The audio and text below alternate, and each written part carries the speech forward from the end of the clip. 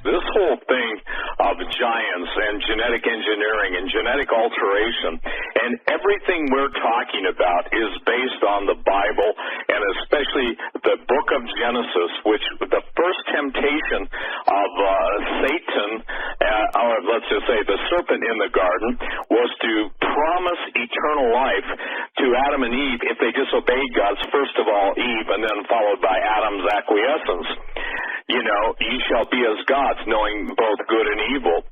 And as we begin to watch the headlines of today, we're seeing more and more an understanding of just how evil human beings can be, Doug, and the evil actions they take, especially on the little children.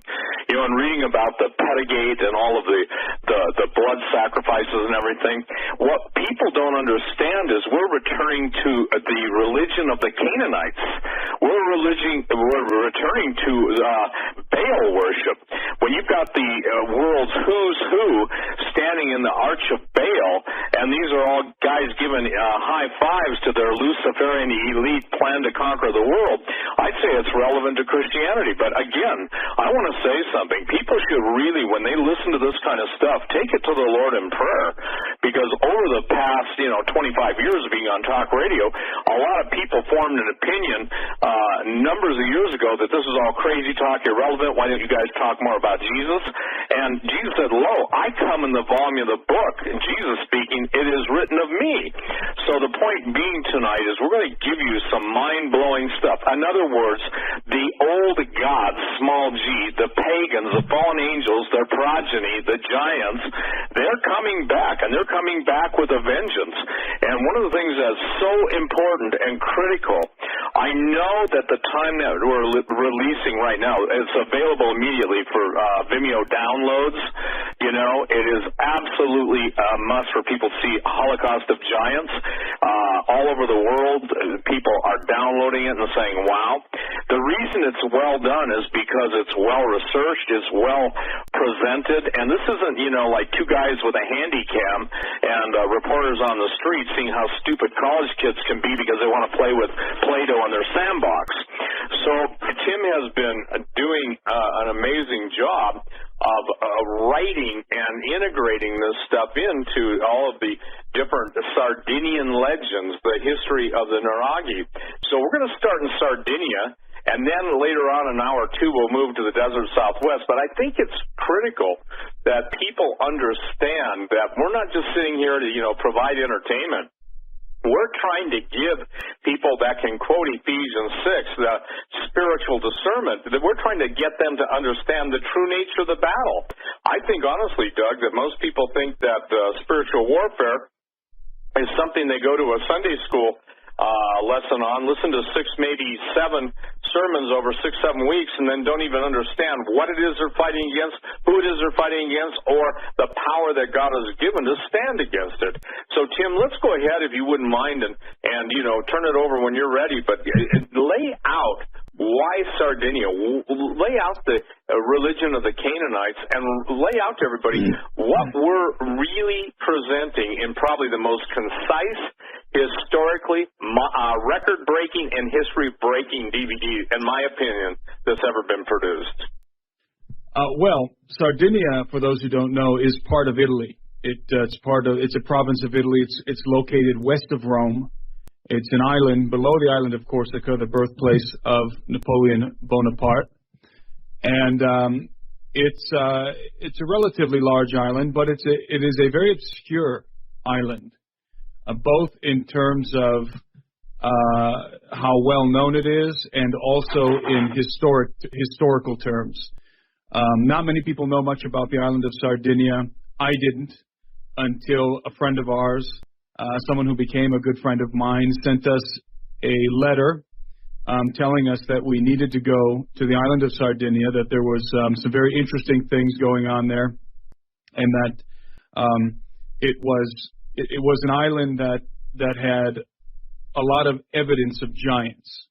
So we went on as many of you know, we went on a preliminary trip to Sardinia, and we were struck with the with how ambiguous that place is, first of all, and I'll talk about that in a little more depth in a minute, but also the sense that there was the cover-up of giants. Many people are familiar with the Smithsonian cover-up of giants in the United States. And that is something that has been covered a lot in different documentaries and different books and articles, both on the internet and before the internet existed. It was sort of a well-known fact that the Smithsonian had been covering up the remains of giants in the United States, the skeletal remains of giants, among other things, in the United States. But that was something that was sort of buried in the past. What we have left from that time are old newspaper clippings and recounts from farmers and recounts from different people who went digging in the mounds, and we have some historical accounts from Abraham Lincoln and so forth.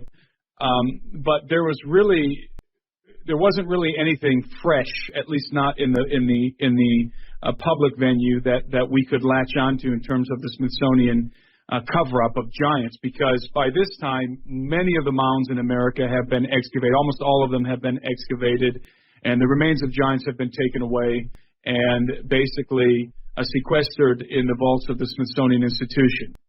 And by the way, those vaults are huge. I think Steve has described some of those vaults on this show before. They're absolutely massive, multiple football fields long, I should say, multiple stories high.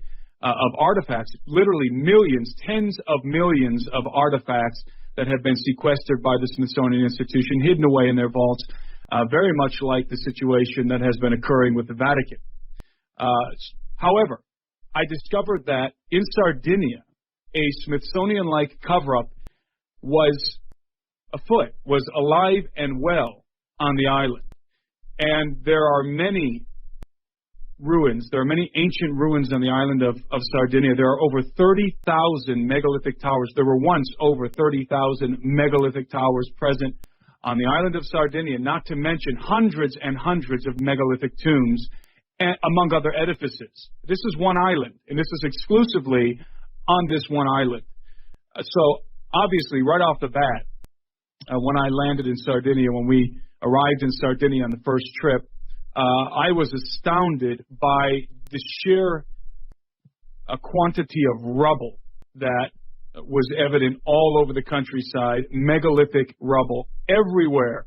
So it was evident that there was something extremely important, crucial happening on the island of Sardinia in relationship to the other islands around Sardinia and the other land masses around Sardinia. This was something very unique was happening on that one island. It is very uncommon to find the residue, so much megalithic residue in one small confined landmass.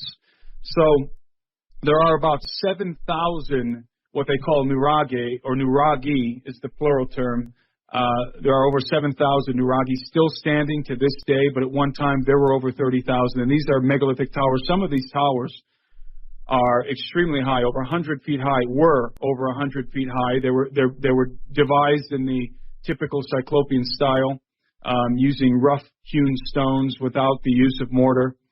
And the megalithic tombs, some of them are absolutely immense, incorporating some of the largest stones, certainly the largest stones I've seen in Sardinia, are incorporated into what are called, and have been since time immemorial, the tombs of the giants. And again, there were hundreds of these tombs all over the island at one time. Now there's probably 30 or so that are still in relatively good shape. So I was struck immediately with the sense that something extremely important was happening on this island. And then I began to talk to the people in Sardinia, interview some of the older people in Sardinia, and one after another, we were getting these testimonies from these people who had dug up the bones of giants themselves, either digging additions to their houses or gardening in their backyard or plowing in the fields, or in some cases who were actually hired by the government of Cagliari in the capital of Sardinia to extract the bones of giants from some of these megalithic sites, some of which were literally sitting right underneath of Catholic churches, which of course wasn't surprising to us. So you have this this Smithsonian-like cover-up happening still to this day on the island of Sardinia. While we were there, we were able to visit on the very first trip. When I've gone there twice. The first time was a preliminary trip. The second time we went back with our professional camera crews and actually shot the film. And on that first trip, we actually visited a site.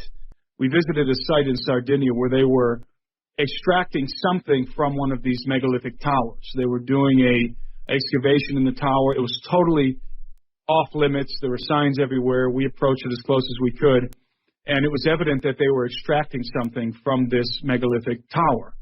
And we know from the testimonies of the people in Sardinia that they were routinely discovering, associated with the towers, but especially with the tombs, routinely discovering giants from 8 to 9 to 10 to 11 to 12, all the way up to 15 feet tall. The skeletal remains of giants of that magnitude, of that size. So, and again, this is happening right now. Probably this morning, there were people in Sardinia extracting these bones out of the megalithic sites that are present there, the ruins of the Nuraghi ruins. And so there's this culture in Sardinia, this ancient culture, which is referred to as the Nuragic culture. And if you do any kind of investigation into the history of Sardinia, you're going to hit a wall really fast, and that wall is called the Nuragic culture, because obviously there was a culture that was advanced, that was building with megalithic stones, over 30,000 towers. That takes empire, by the way. That's not something that farmers do. And this, of course, just like all over the earth, suddenly this culture disappears and is referred to today as the Nuragic people. Nobody really knows who the Nuragic people were. There are some guesses. I think in our film we pinpoint who the Nuragic people were, and for those of you who've seen the film, you know what we're talking about. But this culture there's all kinds of legends and rumors that come from the distant past concerning this culture. We have rumors of cannibalism, for example. We have legends and rumors of great warriors and giants, certainly of giants. And you cannot separate Sardinia from giants. It is absolutely ingrained into the history of Sardinia.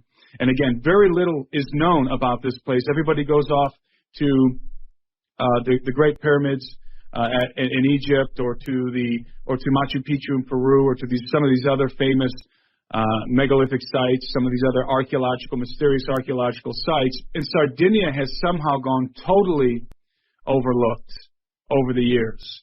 But I think that, and this is part of the premise of our film, that Sardinia truly does unlock the mystery of the migration of the Rephaim, the migration of the giants from what was the Levant, the Promised Land, before and after they were expelled by Joshua, who consequently they called him Joshua the Robber, because he came and expelled the Rephaim from the land of Canaan. And the Rephaim, of course, refers to, in a general sense, the races of giants that were living within the land of Canaan. There were different races of giants living within the land of Canaan. They were mingled in with regular-sized people. But certainly there were whole clans and tribes of giants living in the Promised Land before Moses and Joshua arrived with the children of Israel. And when they did arrive, they were confronted with, not only were they confronted with the giants, they were confronted with a situation that would plague Israel throughout its history. Probably still plagues Israel to this day, and that is what Steve mentioned, the sorcery of the Canaanites, because the term Canaanite generally refers to the tribes, the inhabitants of the land of Canaan, that were inhabiting the Promised Land, and among them were the Rephaim. The Rephaim were in their midst. The Rephaim, of course, were the giants, were the offspring of the Watchers, were the sons of the gods. They were worshipped. They were venerated by the Canaanite populace. They were the great warriors. They were the mighty men of old, as the Bible calls them. And not just the Bible, by the way. All over the world, they were known as the mighty men, the heroes. And in Sardinia, we find the same terminology being used of the Rephaim giants. These are the mighty men, the the tombs of the giants were associated with the mighty ones, the great ones, who were, according to legend, in some cases buried beneath the tombs. And these megalithic tombs were literally built as conduits for communication, for what Pember would call intercourse with the spirits of the giants. And so these hundreds of these tens of thousands of megalithic towers that once existed on the island, hundreds and hundreds of megalithic tombs, we believe, were fashioned by the Canaanites and by the Phoenicians. The Canaanites became the Phoenicians for communication, for intercourse with the spirits of the Rephaim, of the mighty ones. And in our film, we break this down. We talk a lot about Canaanite sorcery, and I mentioned that this was problematic for Israel after the conquest of Canaan. The Israelites were continually falling into the abominations of the Canaanites. And understand that the abominations of the Canaanites, and these are the abominations that the Israelites would commit these abominations, and then God would have to come and judge Israel severely, usually bringing foreign armies, plagues, and so forth. All throughout the history, the sordid history of the nation of Israel after the conquest of the Promised Land. And so, what was the abomination of the Canaanites? What were these abominable practices that the Israelites kept falling into? Was it just things that were that God didn't like, bad things? Were they just breaking the laws of God, and so they were being judged? Well, yes, but it goes deeper than that. The abominations of the Canaanites was a very potent and real source of witchcraft, of demonic power.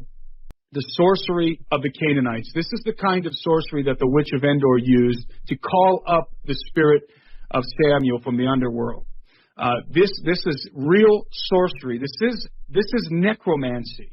In fact, this is where we get the modern version of necromancy, is from the abominable practices of the Canaanites. In fact, the modern version of witchcraft and sorcery and necromancy and Satanism that we see today comes essentially from the Canaanites. And again, let me remind everyone that when we say Canaanites, we're saying Rephaim, the sons of the Watchers. And of course, these are generations departed from the Watchers because these are post-flood giants that are living in a post-flood context, that are inhabiting the land of Canaan, that are not only gigantic, monstrous creatures that are cannibals and terrorizing the land. Remember, they said of the land of Canaan that the land devours itself. There was cannibalism. It was a horrific scene in terms of the giants and what they were doing. But these were supernatural beings, partly quasi-supernatural hybrids. And they were empowered with this sorcery. They were empowered with this the sorcery of the Canaanites, which came from the Rephaim, which incorporated some of the rituals and ceremonies relating to the Rephaim, including the ceremonies, the rituals to raise the Rephaim from the dead, to communicate with the dead spirits of the giants, who there is indication, and we talk about this in our film, could actually be held in a state of some kind of suspended animation. And we have some surprising data in our film, some surprising quotes in our film regarding suspended animation as it relates to the giants.